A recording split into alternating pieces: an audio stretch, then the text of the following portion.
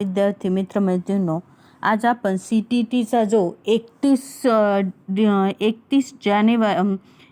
जानेवारी 2021ला जो पेपर झाला होता, तो जो होता तो काय कोरोनामुळे तो पुढे पुढे जात गेला आणि जो 20 मागच्या वर्षी म्हणजे 2020 मध्ये होणार होता तो 2021 मध्ये झाला होता जानेवारी महिन्यामध्ये. तर तो जो पेपर आहे त्यातला जो पहिला पेपर आहे तर आज आपण पाहू मराठीचा. त्यातला पहिला भाग तो भाग कसे सोडवायचे CTTचे हे आपण पाहू. तर CTTचा जो पेपर असतो तो अशा प्रकारे येतो. पहा, मराठीचा तुम्हाला हा आय सेट आहे. तर इथं मग या सूचना असतात की पहा, इथं भाग पहिला, जर तुम्ही भाग पहिला घेतलेला असेल तर तुम्हाला भाग पहिला सोडवावा लागतो. आणि तुम्ही जर भाषा 1 घेतली असेल तर भाषा 1 मराठी असेल तुमची तर तुम्हाला 91 ते 120 प्रश्न सोडवावे लागतात. आणि जर तुम्ही भाषा 2 म्हणजे मराठी घेतली असेल तर तुम्हाला 121 ते 150 हे प्रश्न सोडवावे लागतात. तर आपण पुढे पाहू. तर आता जर तुम्ही भाषा पहिली निवडली असेल मराठी तर मग त्यासाठी मग तुम्हाला 91 ते 120 पर्यंतचे प्रश्नांची उत्तरे द्यावी लागतात. तर आता त्याच्यामध्ये येतं एक पहिला उतारा येत असतो आणि दुसरी येते कविता. तर आपण उतारा पाहू. तर उतारा सोडवायच्या 2 पद्धती असतात. एक तर तुम्ही डायरेक्ट उतारा सोडवायला पहिला वाचून घ्यायचा आणि नंतर त्याच्यानंतर प्रश्न वाचून मग त्या उताऱ्यातून परत त्याचा आन्सर शोधायचा प्रयत्न करायचा. नाहीतर दुसरी पद्धत म्हणजे की डायरेक्ट आपण आधी प्रश्न वाचायचे आणि नंतर मग उतार्यांमध्ये त्या प्रश्नांची उत्तरं शोधायला लागायची. पण माझं तर मत असं आहे की ज्यावेळेस आपण पहिल्या एकदा पटपट उतारा वाचून घेतला की आपल्याला एक अंदाज येतो की त्याचं उत्तर कुठे असेल. त्यामुळं तुम्ही दोन्ही पद्धतीपैकी कोणती एक पद्धत तुम्ही यूज करू शकता. तर आपण सुरुवात करूया. तर उतारा वाचू आपण. तर उतार्यामध्ये पहा, उतारा आहे, राजकारणी समाजसुधारक यांनी समाज घडवला, उन्नत केला, पण समाजाला सुसंस्कृत केलं, त्यांची अभिरुची घडवली ती कलावंत कलाकारांनी. माणसाचा इतिहास जिथपासून माहीत आहे तिथपासून माणसाचं मन कोणत्या ना कोणत्या कलाविष्कारांमध्ये गुंतलेलं दिसतं. आपल्या भावना, विचार, मनात उठणारे तरंग, उरी बाळगलेली स्वप्न शब्दात व्यक्त होऊ शकणार नाहीत. अशा कल्पना, आपल्या विरोधी सूर, अबोध मनाच्या कोपऱ्यात चाललेली खळबळ आदींचा आविष्कार करण्यासाठी माणूस कोणत्या ना कोणत्या कलेचा माध्यम अगदी सुरुवातीपासूनच वापरत आला आहे. जेव्हा संवादाची भाषा निर्माण झाली नव्हती तेव्हा ही कलांद्वारेच संवादाचे सेतू उभारले गेले. दुसऱ्या सहस्रकामध्ये पृथ्वीच्या पाठीवर जिथे कुठे संधी लाभली तिथे कलावंतांनी मानवी इतिहासाला पुढे नेण्याच्या अजरामर कलाकृती सादर केल्या. कधी राजाश्रयाने तर कधी सत्ताधाऱ्यांच्या रोष पत्करून, कधी अनुकूल परिस्थितीत तर कधी प्रतिकूल परिस्थितीत त्यांनी उच्च कलाविष्कार केला. त्या त्या काळाचे समाजचित्रण केलं, सूक्ष्म निरीक्षण नोंदवली, न रुचणाऱ्या गोष्टींबद्दल नकार नोंदवले, तरल संवेदना व्यक्त केल्या. अशा कलाकृतींद्वारे त्यांनी कधी समाजाला प्रभावित केलं तर कधी विचार प्रवृत्तही केलं. चित्रकला, शिल्पकला, स्थापत्यकला, अभिनय, नृत्य, नाट्य, गायन, संगीत हे चित्रपटसृष्टीत अशा अनेकविध कला रुजल्या, विस्तारल्या, बहरल्या. लोकांनी त्या कलाकृतींना व कलाकारांना कधी डोक्यावर घेतलं तर कधी त्यांच्यावर टीकेची झोड उठवली. कलाकारांनी उच्च दर्जाच्या कलाकृतींमधून लोकांना आनंद दिला, त्याचप्रमाणे त्यांच्या आंतरिक व्यथा वेदनाही सर्जनशीलतेने अभिव्यक्त केल्या. एखाद्या कुंचल्याच्या फटकारा, एखादी मर्मभेदी ताण छेडलेली तार, संवेदनांची तीव्रता व्यक्त करण्यानं एखादं गाणं, एखाद्याचं पदन्यास किंवा एखाद्याचं बोलकं दृश्य लाखो करोडो लोकांमध्ये क्षणार्धात कंपन निर्माण करण्यास पुरेसं झालं. हा कला क्षेत्राचा इतिहास आहे. असा उच्च निर्मितीचा सृजनाचा क्षण पकडण्यासाठी असुसणाऱ्या कलावंतांनी भौतिक सुखाची पर्वा केली नाही, हालाखीत दिवस काढले, हा सुद्धा इतिहास आहे. या कलावंतांनी मानवी जीवन समृद्ध केलं, सामाजिक राहणीमानाला परिमाण दिलं, माणसाच्या अभिरुचीवर, सौंदर्यसृष्टीवर सुसंस्कार केले, विचारांची क्षितिज विस्तारली, जीवनाकडे पाहण्याचा व्यापक दृष्टिकोन निर्माण केला. या सहस्रकात नानाविध कलाकारांनी आपल्या परिस्पर्शाने मानवी संस्कृतीला आकार दिला व तिचं संवर्धन केलं. प्रत्यक्ष वा अप्रत्यक्षपणे मानवी समाजाला विधायक दृष्टी देणारे असे सर्जनशील कलावंत जगाच्या कानाकोपऱ्यात होऊन गेलेले आढळतात. तर विद्यार्थी मित्रांनो, आपण हा पॅराग्राफ वाचला, तर याच पद्धतीने तुम्ही एक पटपट पॅराग्राफ वाचून घ्यायचा आणि नंतर मग जे प्रश्न येतात ते प्रश्न वाचून त्याच्यातून त्याचे उत्तरं शोधायचे पॅराग्राफमधून. तर शक्यतो काय असतं की जे उतारेमध्ये ना पहिल्या प्रश्नाचं उत्तर हे तुम्हाला पहिल्या पॅराग्राफमध्येच मिळतं किंवा दुसऱ्या पॅराग्राफमध्ये मिळतं.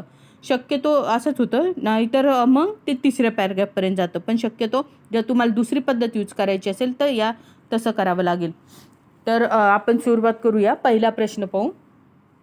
सर्जनशीलतेचा क्षण पकडण्यासाठी कलावंतांनी कोणत्या गोष्टीची तमा बाळगली नाही? कोणत्या गोष्टीची तमा बाळगली नाही? पहिलं आहे भौतिक सुख, दुसरं संवेदनांची तीव्रता, तिसरं सौंदर्य दृष्टी आणि चौथं परिस्पर्श. तर कोणती तमा बाळगली नाही? तर त्यांनी भौतिक सुखाची तमा बाळगली नाही. पुढचा प्रश्न पाहू. वरील उतार्यात लेखकाने प्रामुख्याने कोणाचे वैशिष्ट्य अधोरेखित केले आहे? पहिलं समाजकारण्यांचे योगदान, दुसरं राजकारण्यांचे योगदान, तिसरं सर्जनशील कलावंतांचे योगदान आणि चौथं कलाक्षेत्राचा इतिहास. तर याचं बरोबर उत्तर आहे उत्तर क्रमांक 3, काय? सर्जनशील कलावंतांचे योगदान. पुढचा प्रश्न पाहू. आनंद, कीर्ती, व्यथा, सौंदर्य हे शब्द कशाचे उदाहरण आहेत? पहिला आहे भाववाचक नाम, दुसरा आहे सामान्य नाम, तिसरा आहे विशेष नाम आणि चौथा आहे विशेषण. तर याचं बरोबर उत्तर आहे उत्तर क्रमांक 1, म्हणजे भाववाचक नाम. हे आनंद, कीर्ती, व्यथा, सौंदर्य हे काय आहे? भाव आहेत. तर ते भाववाचक नाम आहे. तर विद्यार्थी मित्रांनो, अजून एक तुम्हाला सांगायचं की CTETचा जो पेपर असतो त्याच्यामध्ये आपल्या महाटेटच्या पेपरमध्ये जे खूप सगळं ग्रामर विचारलं जातं, तसं त्यामध्ये ग्रामर विचारलं जात नाही. याच्यामध्ये हार्डली एकदम 2-3 मार्काचंच ग्रामर विचारलं जात असतं आणि ते पण याच पद्धतीचं की सामान्य नाम कोणतं, विशेष नाम कोणतं, क्रियापद कोणतं, समानार्थी शब्द कोणते, विरुद्धार्थी शब्द कोणते, त्या एवढंच पर्यंत ते विचारलं जातं. जास्त डीपमधलं ग्रामर यामध्ये विचारलं जात नाही CTETच्या पेपरमध्ये. तुम्ही जर याच्यावरचे मी काही व्हिडिओ बनवले आहेत पूर्ण ग्रामरवरचे CTETच्या, तर तेच पाहिले नसतील तर तुम्ही चॅनलला सर्च करा यूट्यूबवर आणि नंतर ते सर्व जे मागचे जे व्हिडिओ आहेत मी टाकलेले ते तुम्ही पाहू शकता. तर पुढं पाहू. पुढचा प्रश्न आहे व्यापक शब्दाचा विरुद्धार्थी शब्द सुचवा. तर पहिला ऑप्शन आहे व्याकुळ, दुसरा आहे संकुचित, तिसरा आहे व्यस्त चलन आणि चौथा आहे संयुक्त. तर याचं बरोबर ऑप्शन आहे ऑप्शन क्रमांक 2, काय? व्यापकचा विरुद्धार्थी संकुचित. पुढचा प्रश्न पाहू. समाजाकडून कलावंतांना प्रसंगी कोणकोणत्या प्रकारचा प्रतिसाद मिळाला? पहिलं संवादाचे सेतू व कुंचल्याचे फटकारे, दुसरं भौतिक सुख व हालाकीचे दिवस, तिसरं संवेदनांची तीव्रता व सौंदर्य दृष्टी, चौथं अतोनात स्तुती तर कधी खरपूस समाचार. तर याचं बरोबर उत्तर आहे ऑप्शन क्रमांक 4, अतोनात स्तुती तर कधी खरपूस समाचार. पुढचा प्रश्न पाहू. लेखकाच्या मते समाजाचे राहणीमान कशामुळे सुसंस्कारित झाले? पहिलं राजाश्रय, दुसरं कलावंत, तिसरं मर्मभेदी ताण आणि चौथं उच्च कलाविष्कार. तर याचं बरोबर उत्तर आहे ऑप्शन क्रमांक 2, काय? कलावंतांमुळे. पुढचा मानवी इतिहास पुढे नेण्यासाठी कलावंतांनी काय केले? तर मानवी इतिहास पुढे नेण्यासाठी कलावंतांनी काय केले? तर याचं बरोबर उत्तर आहे पहिलं संवादाचे सेतू उभारले, दुसरं अजरामर कलाकृती सादर केल्या, तिसरं वेदनास अभिव्यक्त केल्या आणि चौथं संस्कृतीला आकार दिला. तर याचं बरोबर उत्तर आहे ऑप्शन क्रमांक 2, अजरामर कलाकृती सादर केल्या. पुढचा प्रश्न पाहू की संवादाची भाषा निर्माण होण्यापूर्वी कोणत्या माध्यमातून माणसामध्ये संवाद निर्माण होत असे? तर ऑप्शन आहे पहिलं विविध कला, दुसरं मनात उतरणारे तरंग, तिसरं माणसाचा इतिहास आणि चौथं संवेदनांची तीव्रता. तर याचं बरोबर उत्तर आहे ऑप्शन क्रमांक 1, विविध कला. ऑप्शन क्रमांक 1, विविध कला. पुढचा प्रश्न पाहू. 99 नंबरचा असूसने या शब्दाचा नेमकी अर्थछटा व्यक्त करणारा पर्याय कोणता? पर्याय निवडा. अर्थछटा व्यक्त करणारा पर्याय निवडा. तर पहिला आहे एखादी वस्तू ओरबाडणे, दुसरं हापापलेल, तिसरं तीव्र इच्छाशक्ती आणि चौथं आहे हावरटपणा. तर याचं बरोबर ऑप्शन आहे ऑप्शन क्रमांक 3 म्हणजे तीव्र इच्छाशक्ती. म्हणजे असूसणे म्हणजे काय? तीव्र इच्छाशक्ती असणे. अर्थछटा म्हणजे काय? त्या शब्दाचा जो अर्थ आहे त्याच्यासारखाच अर्थ असलेला शब्द म्हणजेच त्याला म्हणतात अर्थछटा असलेला शब्द. हे लक्षात ठेवा. पुढचा आता पहिला जो होता तो उतारा होता. उतारावरचे आपण प्रश्न सॉल्व्ह केले. आता कविता आहे पहा. तर कविता पाहू आपण. माणूस माणूस मतलबी रे माणसा, तुले फार हाव तुझी हाका केलं आशा. माणसा माणसा तुझी नियत बेकार, तुझ्याहून बरं गोठ्यातलं जनावर. भरला डाडोर भुलीसनी जातो सुद, खाईसनी चारा गाय म्हैस देते दूध. मतलबासाठी मान माणूस डोलये, इमानाच्या साठी कुत्रा शेपूट हालये. माणसा माणसा कधी म्हशीन माणूस, लोभासाठी झाला माणसाचा रे कानूस. तर याचा पहिला प्रश्न पाहू आपण की पहिला जो आहे प्रश्न, हाव या शब्दाचा समानार्थी आशय कोणता? तर आशय कोणता? तर पहिलं लोभ, दुसरं हात, तिसरा हित आणि चौथा आहे लोह. तर याचं बरोबर ऑप्शन आहे ऑप्शन क्रमांक 1. हाव म्हणजेच काय? लोभ. म्हणजे समानार्थी शब्द विचारलेला आहे तर त्यांनी खालचे सगळे एकदम सोपं दिले पहा. हात, हित आणि लोह. हे लगेच लक्षात येतं की याचं बरोबर उत्तर कोणतं आहे. पुढचा प्रश्न पाहू. कवयित्रीच्या मते आपला मतलब साध्य करण्यासाठी माणूस काय करतो? पहिलं उत्तर आहे उपकार, दुसरं हावरटपणा, तिसरं कृतज्ञता आणि चौथं कृतज्ञता. तर याचं बरोबर ऑप्शन आहे ऑप्शन क्रमांक 2 हावरटपणा.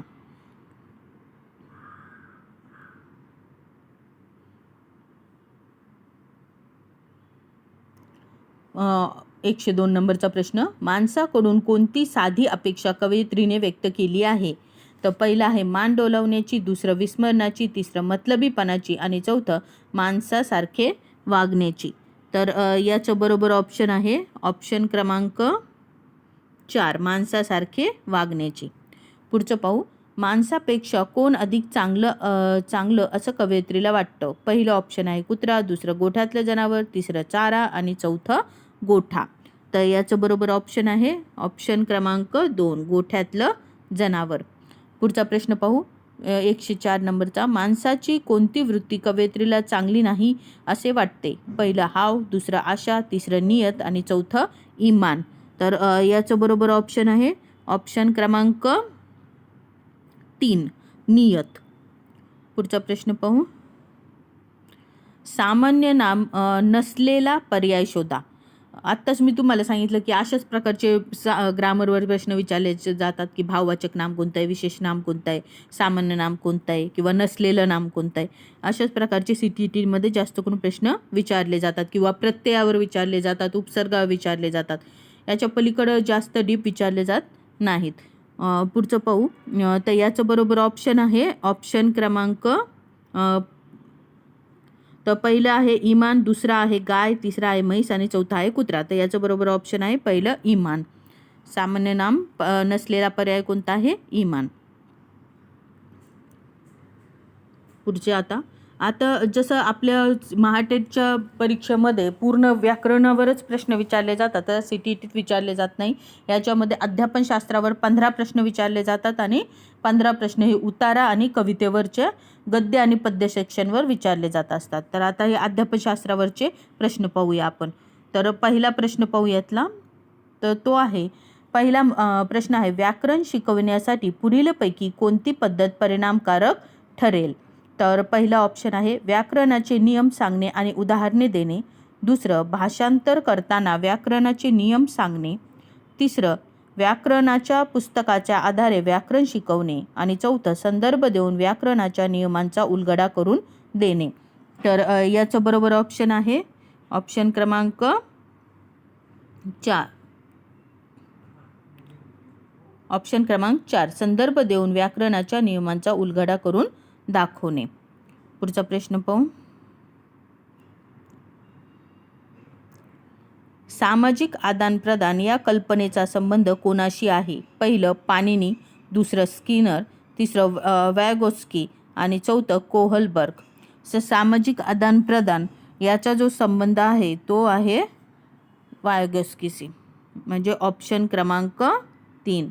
ज्यावेळेस सामाजिक आदानप्रदान किंवा समाजाबद्दल काही प्रश्न आला तर त्याचं शक्यतो उत्तर वायगोस्की आहे. पुढचा प्रश्न पाहू. तुम्ही माझे CTTचे व्हिडिओ जे आहेत ते तुम्ही नक्की पहा, म्हणजे तुम्हाला बऱ्याचशा प्रश्नांची उत्तर येतील. मी सर्व अध्यापनशास्त्रावरचे काय बरेचसे व्हिडिओ टाकलेले आहेत. तर पुढचं पाहू. 108 नंबरचा प्रश्न. भाषा आत्मसात करताना पुढीलपैकी कोणती बाब मुलांना मदतरूप ठरते? 1. बोलण्याची फारशी संधी नसलेले कौटुंबिक वातावरण. दुसरं परस्परांशी संभाषण करणाऱ्या घरातील मोठ्या माणसाचे सानिध्य. तिसरं मुलाला योग्य वाक्य उच्चार यांची पुनरावृत्ती करण्यास सांगणे. आणि चौथं इतर मुलांसोबत खेळणे. तर याचं बरोबर ऑप्शन आहे ऑप्शन क्रमांक 4 इतर मुलांसोबत खेळणे. पुढचा प्रश्न पाहू. पुढीलपैकी कोणत्या पद्धतीतील मुलं नैसर्गिकरित्या भाषा आत्मसात करतात? पहिलं एक वेळेस फक्त एक भाषा बोलणे. दुसरं सभोवतालच्या पर्यावरणात एकापेक्षा अधिक भाषा असणे. तिसरं फक्त लिखित आणि संचार माध्यमाद्वारे आणि चौथं त्या भाषेची व्याकरणिक संरचना. तर याचं बरोबर उत्तर आहे ऑप्शन क्रमांक 2 सभोवतालच्या पर्यावरणात एकापेक्षा अधिक भाषा असणे. म्हणजेच काय होतं की ते मुलं आजूबाजूच्या जे पर्यावरणात ते वावरतात त्यानुसार ते एकापेक्षा अनेक भाषा शिकत असतात. तर पुढचा प्रश्न पाहू. संहिता वाचनाच्या बाबतीत कोणती गोष्ट सर्वात महत्त्वाची आहे? पहिलं संहितेतील प्रत्येक शब्द वाचणे. दुसरं विरामचिन्हावर भर देणे. तिसरं संहितेचा अर्थ लावणे. आणि चौथं योग्य उच्चारणासह मोठ्याने वाचणे. तर याचं बरोबर ऑप्शन आहे ऑप्शन क्रमांक 3 संहितेचा अर्थ लावणे.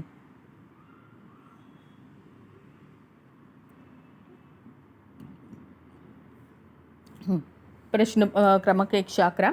पुढीलपैकी कोणते भाषा शिक्षणाचे उद्दिष्ट नाही? पहिलं समजून वाचण्याची क्षमता. दुसरं प्रयत्नपूर्वक विचार मांडणे. तिसरं जे ऐकलं ते समजण्याची क्षमता. आणि चौथं सुसंगत लेखन कौशल्याचा विकास.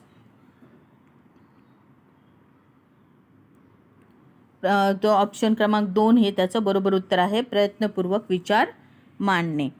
पुढचा प्रश्न पाहू.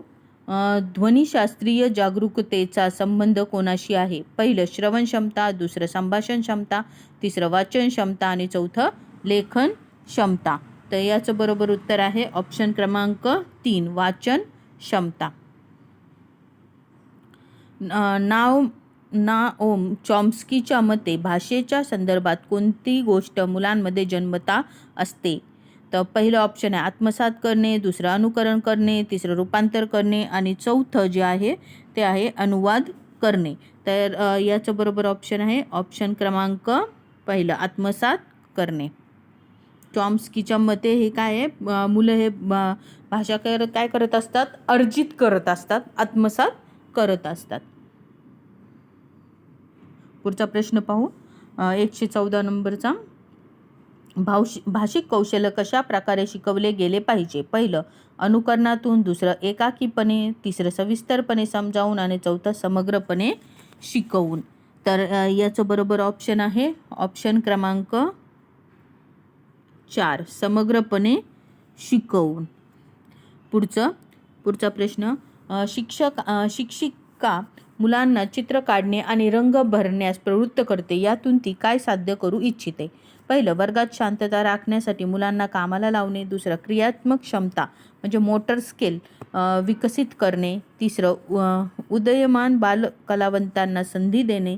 आणि चौथं मुलांना नियुक्त कार्यात सहभागी करणे. तर याचं बरोबर ऑप्शन आहे ऑप्शन क्रमांक 2, क्रियात्मक क्षमता विकसित करणे. पुढचा प्रश्न पाहू. मौखिक भाषा क्षमता विकसित करण्यासाठी पुढीलपैकी कोणता सराव सर्वात मदतरूप ठरतो? पहिलं कवितेचे एकट्याने आणि सामूहिक अभिवाचन. दुसरं भूमिकाभिनय. तिसरं शिक्षिकेच्या पाठोपाठ पाठाचे सामूहिक वाचन. चौथं शिक्षिकेच्या पाठोपाठ शब्दाचे सामूहिक उच्चारण. तर याचं बरोबर ऑप्शन आहे ऑप्शन क्रमांक 2, भूमिका अभिनय. हे काय मौखिक भाषा विकासासाठी सर्वोत्कृष्ट पद्धत आहे. पुढचं पाहू आता. 117 नंबरचा प्रश्न. इयत्ता 3ची शिक्षिका मुलांना पाठातील कथेच्या घटनांची योग्य क्रमाने मांडणी करण्यास सांगते. असे केल्यामुळे कोणती बाब सुधारते? 1. वाचन आकलन. दुसरं आकलनात्मक आदान. तिसरं लेखन क्षमतेत वाढ. आणि चौथं मुलांचे संभाषण वेळेत वाढ. इथं प्रिंट मिस्टेक आहे थोडीशी. मुलांच्या पाहिजे तर मुलांच्या झाले. संभाषण वेळेमध्ये वाढ. तर याचं बरोबर ऑप्शन आहे ऑप्शन क्रमांक 1, वाचन आणि आकलन. पुढचा प्रश्न वाचू. इयत्ता 2ची शिक्षिका वर्गात वेगवेगळ्या वस्तूंवर त्यांचा परिचय करून देणाऱ्या पट्ट्या चिटकवते. यामुळे विद्यार्थ्यांना प्रत्यक्ष वस्तू आणि शैक्षणिक साहित्य याचा संबंध जुळवता येतो. असे केल्याने विद्यार्थ्यांच्या कोणत्या क्षमतेत भर पडते? पहिलं व्याकरण. दुसरं लेखन कौशल्य. तिसरं शब्दसंग्रह. आणि चौथं अक्षर लेखन. तर याचं बरोबर ऑप्शन आहे ऑप्शन क्रमांक 3, शब्दसंग्रहामध्ये भर पडते. पुढचं पाहू. 119 नंबरचा प्रश्न. मुलांच्या भाषिक क्षमतेचे मूल्यमापन करण्यासाठी पुढीलपैकी कोणती पद्धती कमी महत्त्वाची आहे? पहिलं कथाकथन. दुसरं कथालेखन. तिसरं घटना वृत्तांत लेखन. आणि चौथं लेखन सराव. तर याचं बरोबर ऑप्शन आहे ऑप्शन क्रमांक याचं बरोबर उत्तर आहे ऑप्शन क्रमांक 4, लेखन सराव. पुढचा प्रश्न पाहू. विद्यार्थ्यांची भाषिक क्षमता विकसित करण्यासाठी पुढीलपैकी कोणता प्रश्न विचारणे अधिक मदतरूप ठरेल?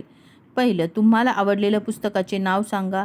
दुसरं पसंती या शब्दाचा वापर करून एक वाक्य तयार करा. तिसरं आपल्या आईसोबत एखादा संवाद लिहा.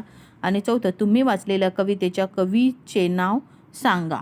तर याचं बरोबर ऑप्शन आहे ऑप्शन क्रमांक 3, आपल्या आईसोबत एखादा संवाद लिहा.